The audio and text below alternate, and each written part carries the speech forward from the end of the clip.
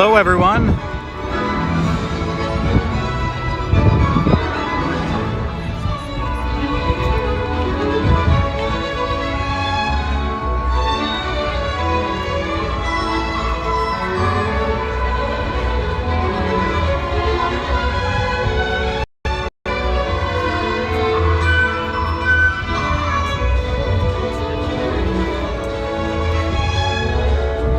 Hello everyone, welcome to this week's live stream. It's Craig here in EPCOT. Music you hear is just from the Princess Processional that just passed by. And yeah, it's a beautiful day here inside the park, so let's just take a walk, look around, see what we can find that's interesting to us. I'm gonna flip it back around so you can see the real thing. You don't care about me. There we go. Not a new haircut. I should have called this a harmonious Monday. I missed the mark on that one for sure. I'll be the first to admit it. But yeah, no, not a new haircut for me here. This is just had to style it a little bit today. It was starting to get a little long in the front, do this little curly loop thing, and because of that, I was like, okay, I'll put in a little bit of product, the only kind that I have. And yeah, so I guess I'm looking better than normal. Okay. Yeah, like I said, I have nothing really to do today here. I just did a dining review. And so now I just want to walk around, kind of work off some of the food I just ate. And leave it at that.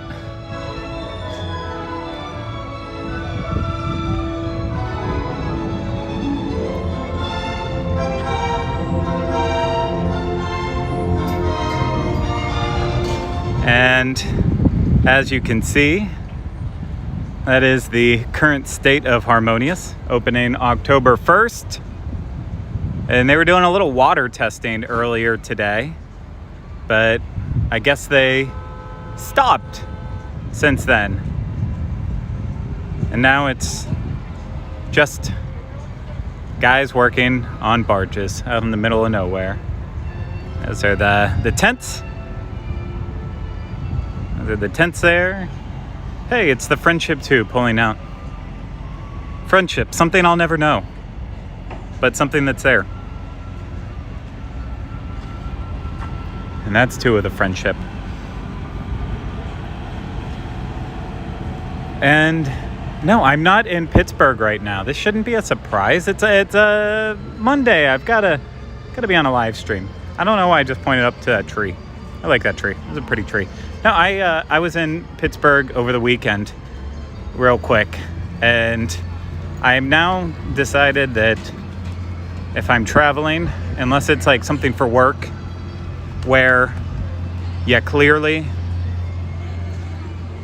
if it's something for work where you clearly like know, like, oh, they're in Disneyland right now because they have to post. If it's not something like that, I'm just sneaking away and then I'm posting about it after the fact. So that's what happened with Pittsburgh. I ran up and got to go to Ohio for a couple hours, and then Pittsburgh for a full day, and then back here on Sunday. Nice little getaway. And I saw one mention about my Instagram story where I'm holding a tiki mug. That was from a place called Hidden Harbor, and I loved that place. If you're ever in Pittsburgh, you need to check it out. I didn't get that mug that I was holding in it because it wasn't for sale, but I got a mug while I was there. Okay, what do we see there? Okay, what are the odds of park hopping on October 1st? I have no idea. And this isn't me being sassy Craig. We know how I get when I answer some questions, but this isn't one of them. I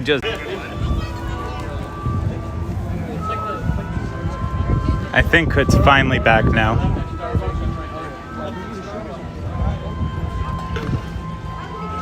I'm shocked.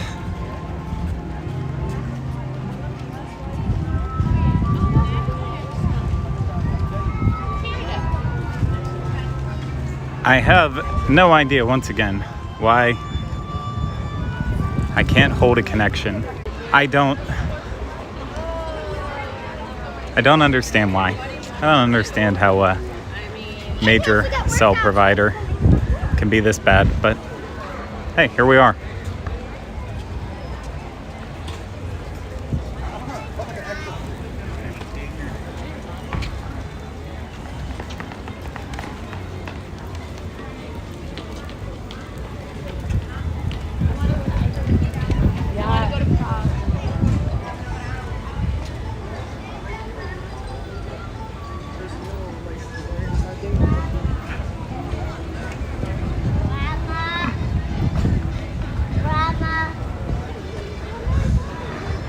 I know now what's gonna happen is I'm gonna walk another, say, 20 yards. And as soon as I start to answer a question. Hi. Love you, man. Thank you very much. Can I get Appreciate a quick it. picture with you? Absolutely, yeah. Sorry. I was staring somebody down yesterday. I thought it was you, but it wasn't. But It's all good. it was awkward. Awesome, brother. Thanks. Yeah. Love the stuff. No, thank you. It's so nice meeting you. If you post that anywhere, tag me in it. I will. Thanks, bro. Cool. Thanks.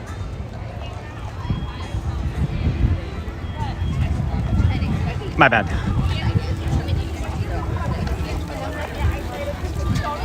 Okay.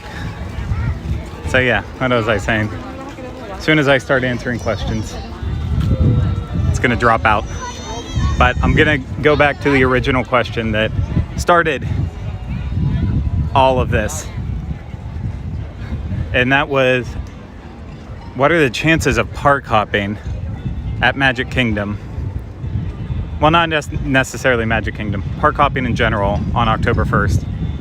And my answer is still what it was when I started this. I don't have any idea. For me, I'm really hoping it is a thing because I have my park pass for Magic Kingdom, but all I could get my wife a park pass for was EPCOT because I was not thinking about her when I rushed to make my pass, and I fully admitted it.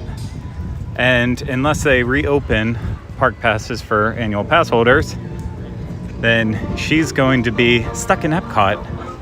And I'm hoping at 2 o'clock she'll be able to come over and hang out with me.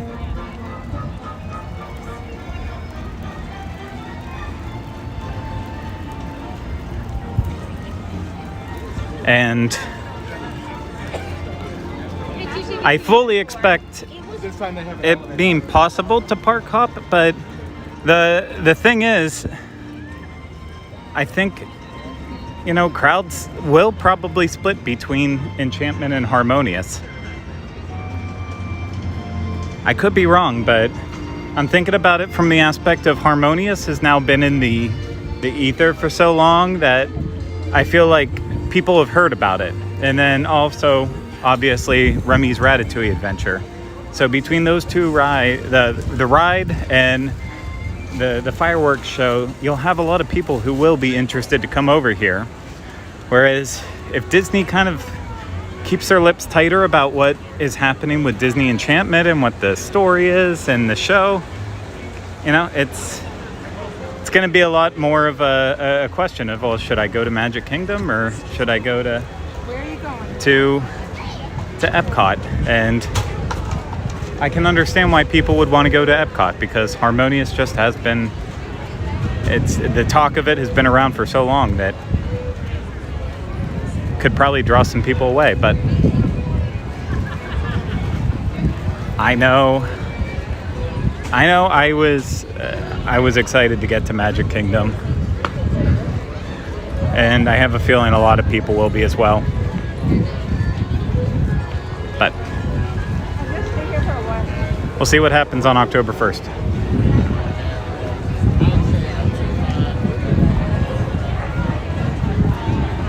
Am I planning on attending Destination D23. I will be attending as long as I can get tickets. I went to Destination D in, Okay, what do you want to know? I think, I can't remember. I went to the one that was like with the World's Fair and past attractions. I missed out on the year that it was like Adventureland themed. And I went to the Mickey Mouse year. We're celebrating Mickey. And I really want to go this year because I like that event. It's the type of convention that I like, where you just get to go and sit in a room and listen to stories. But I know a lot of people don't necessarily like those types of events.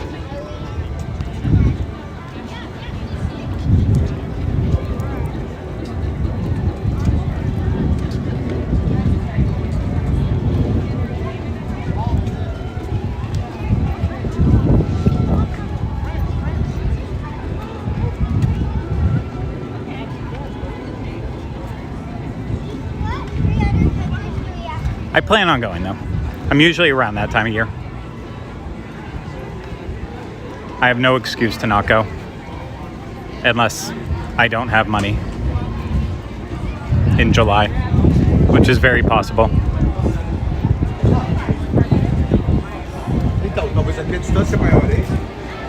If I remember, usually the ticket prices for Destination D are, it's somewhere in the $200 range, if I'm remembering correctly. But that's 2 days worth of full packed entertainment and guaranteed seating. And that's the nice part of it, is that unlike going to D23 Expo and trying to get into some of the panels and having to wait long and all that, with this, you don't. You just go in and sit down. And, you know, if you want to get a front row seat, you need to be there a little bit earlier. But if you want to sit in the back or stand, you don't necessarily have to get there early. Just show up right before it starts and you'll plop down. Can't beat it like that.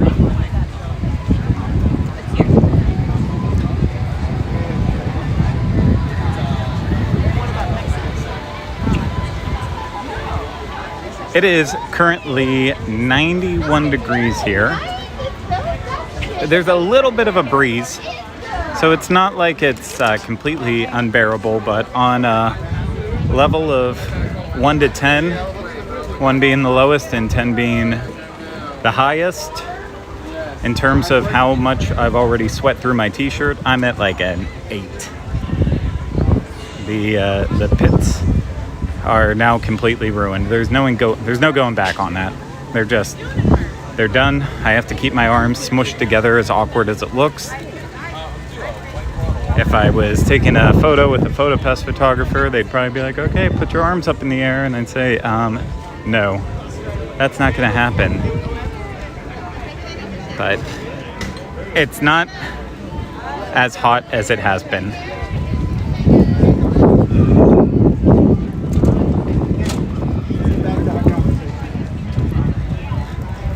And in terms of the D23 event that happens here in Florida,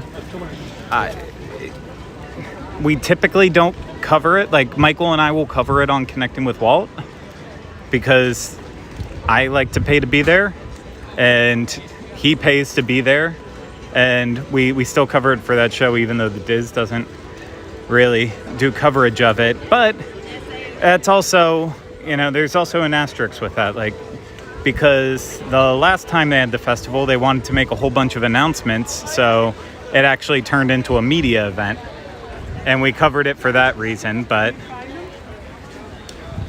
in general, if it's just a thing where we buy tickets, we'll go and we'll talk about it on Connecting with Walt, but I'm not on social media the entire time. I'm trying to enjoy it the same way anyone else in the crowd is going to want to enjoy it.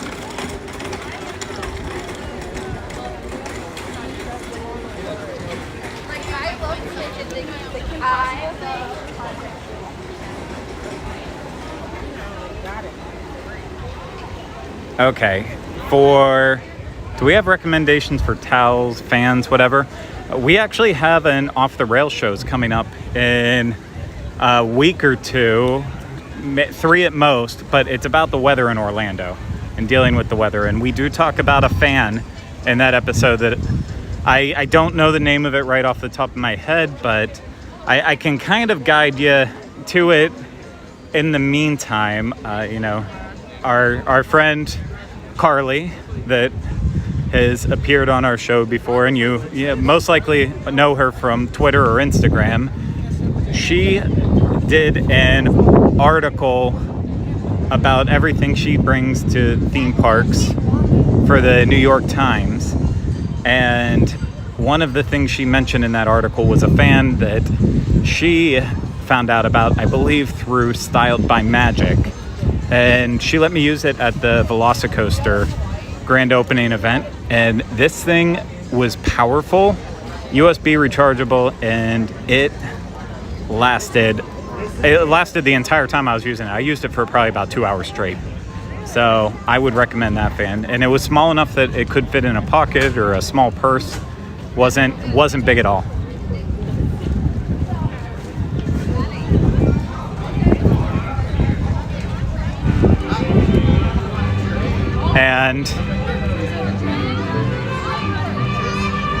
And as far as like towels, any cooling towel, I find they all kind of work the same. Dip them in ice water and they're perfect right away. They warm up, obviously. Try to get them cool again, but I'm not a big a fan of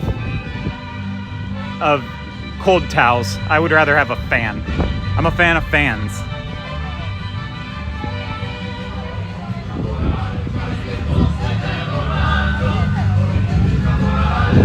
And I saw one more question about Destination D and D23 Expo and all that. So I want to clarify on all of it. D23 Expo, usually the DIS does cover it, whether it's a big event where we have a booth or if it's Rhino and I going out by ourselves with Michael or anyone else out there from California that wants to be in our coverage. We'll cover D23 Expo for sure. Just because there's too many big parks announcements and movie announcements and stuff, it has to be covered. D23,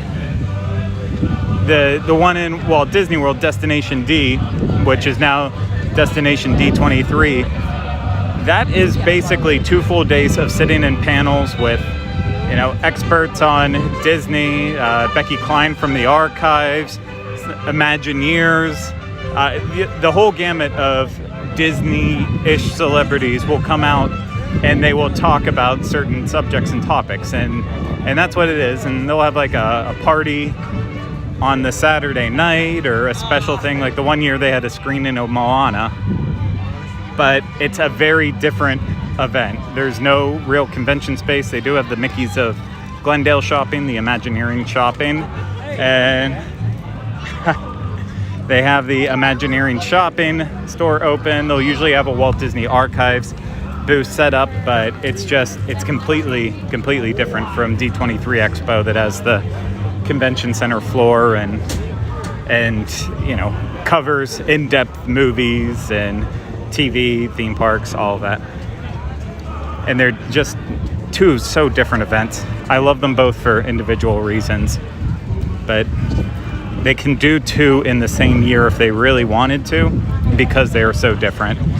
The only problem is it's just, it's a lot of money on conventions then for just those. And then if you also go to stuff like Star Wars Celebration, MegaCon, Comic-Con, New York City Con, you just start really adding up in your conventions. We'll come back. And thank you for appreciating what we're doing and wanting to give a super chat. But we do not have super chat here with the DIS, because this is our pleasure to walk around and do vlogs and live stream from the parks and such. But if you do want to support us, you know, you can always book a vacation through Dreams Unlimited Travel. That is the best way you can support us, because that helps us to have the money to make more content, and, you know, you get a Disney vacation out of it. You can also support us through our Patreon, and that is patreon.com/DIS Unplugged. And if you sign up for that, you'll get exclusive content. We do an after show now after the Tuesday show every week that's goofy and involves cursing, and it's a lot of fun. But that's another way to support us. You can always support us too by Magic Candle Company. You obviously buy yourself a candle, and we do get a small commission from that as well. It goes to the greater good with all of this. So those are the ways where, instead of just throwing cash right at us, you can get something for the money you're putting in besides the real-time videos. They're just fun on top.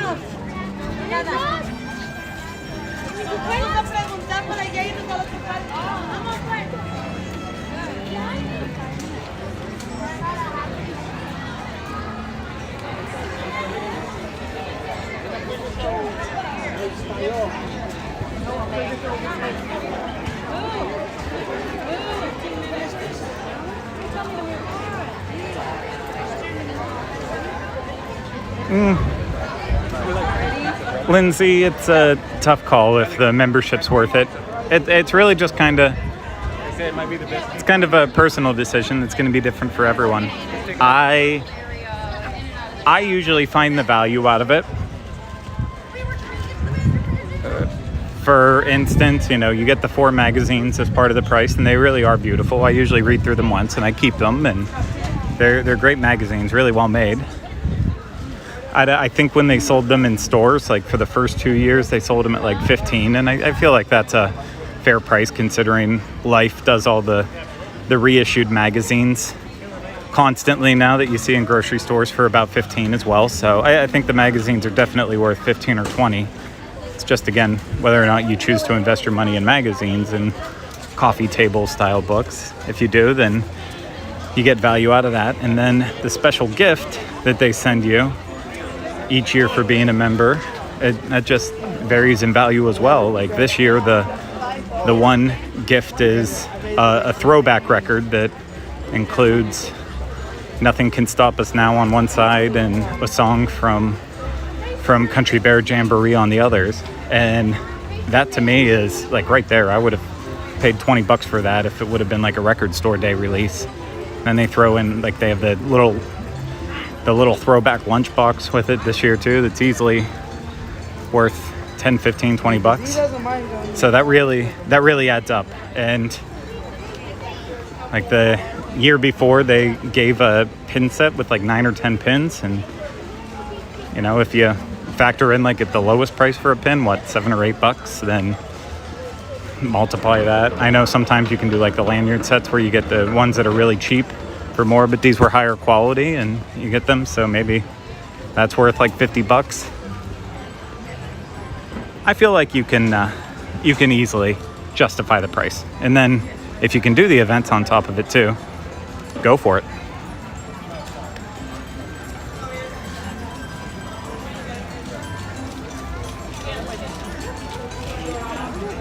And then you do have the option to be able to buy exclusive merch as well too. Like a couple months ago, I was able to buy 2 Muppet Treasure Island pins through Shop Disney with the membership. And that's awesome because there always needs to be more Muppets merch.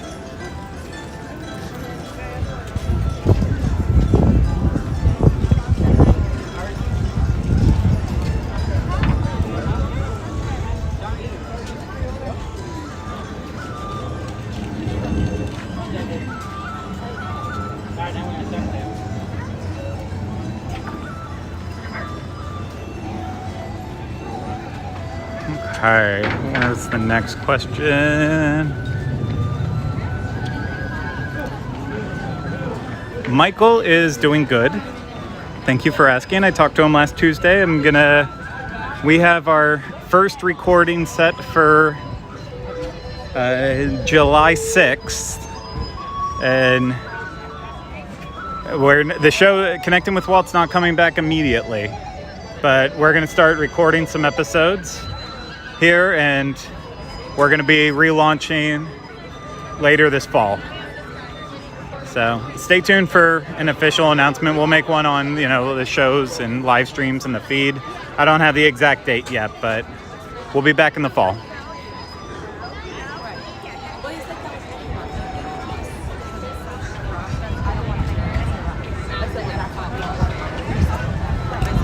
Frozen line.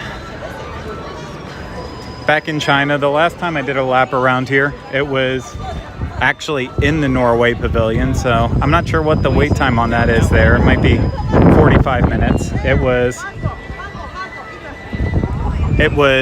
about, I think they said 35 minutes when it was all the way back down into Norway, but could be even longer because I didn't see them looping back around in here in the old smoking section where that used to be.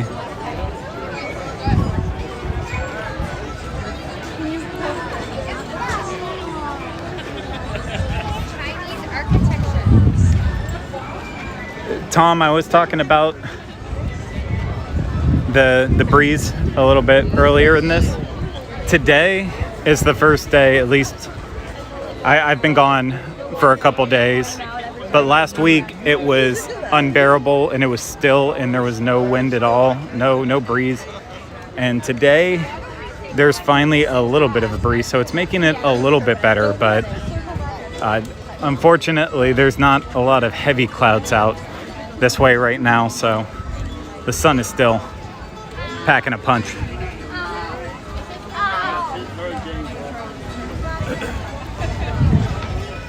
I think whoever gets 60, I want to say you are right. I can't see all the way down, but I saw a 0 on the sign.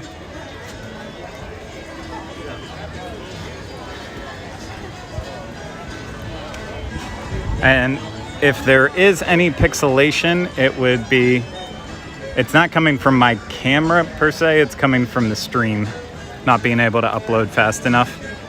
And that's, of course, we're trying out new software to try to have better quality live streams, as someone noticed and pointed out. Then I did the test a couple weeks ago in Animal Kingdom. I think I've done 2 more in Magic Kingdom that both of the tests were just train wrecks. It did not work well.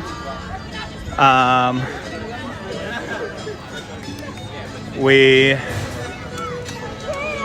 did not have a good start to this one at all. That was about the rockiest start I've had in a while. I'm not walking back over through Canada because I completely lost the stream right in Canada and didn't get it back until United Kingdom. So I'm gonna avoid that. But overall, for the most part, it's looking good. It's been a while since I've talked to Tom. I got to talk to him briefly back when he started his new job, but I follow him still on social media, and if I'm ever up in his way in Fresno or he's in California, Disneyland, the same time I am, well, of course see him, and love Tom Bell.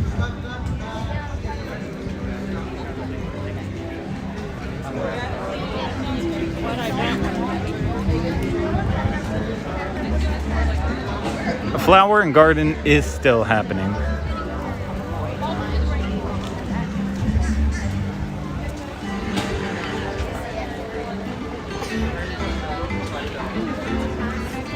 I will show you the next topiaries that I come upon to prove it. Go past to prove it. Oh gosh, the heat is getting to me. Got the Sunburn, felt a little dizzy earlier. I'm not sure what that was about. Hopefully I'm okay. We'll just keep pressing on.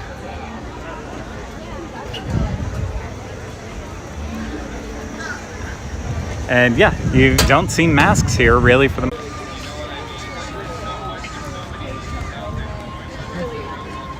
Okay. It's fighting to come back. Not sure if it's going to be stable here. Let's hope for the best.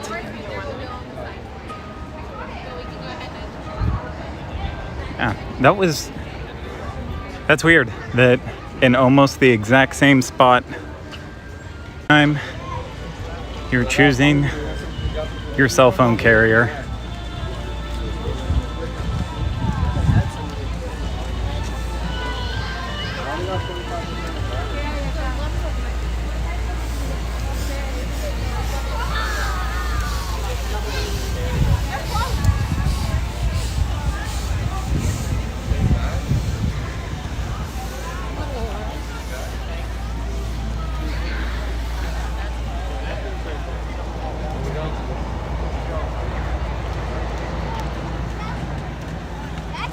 Okay,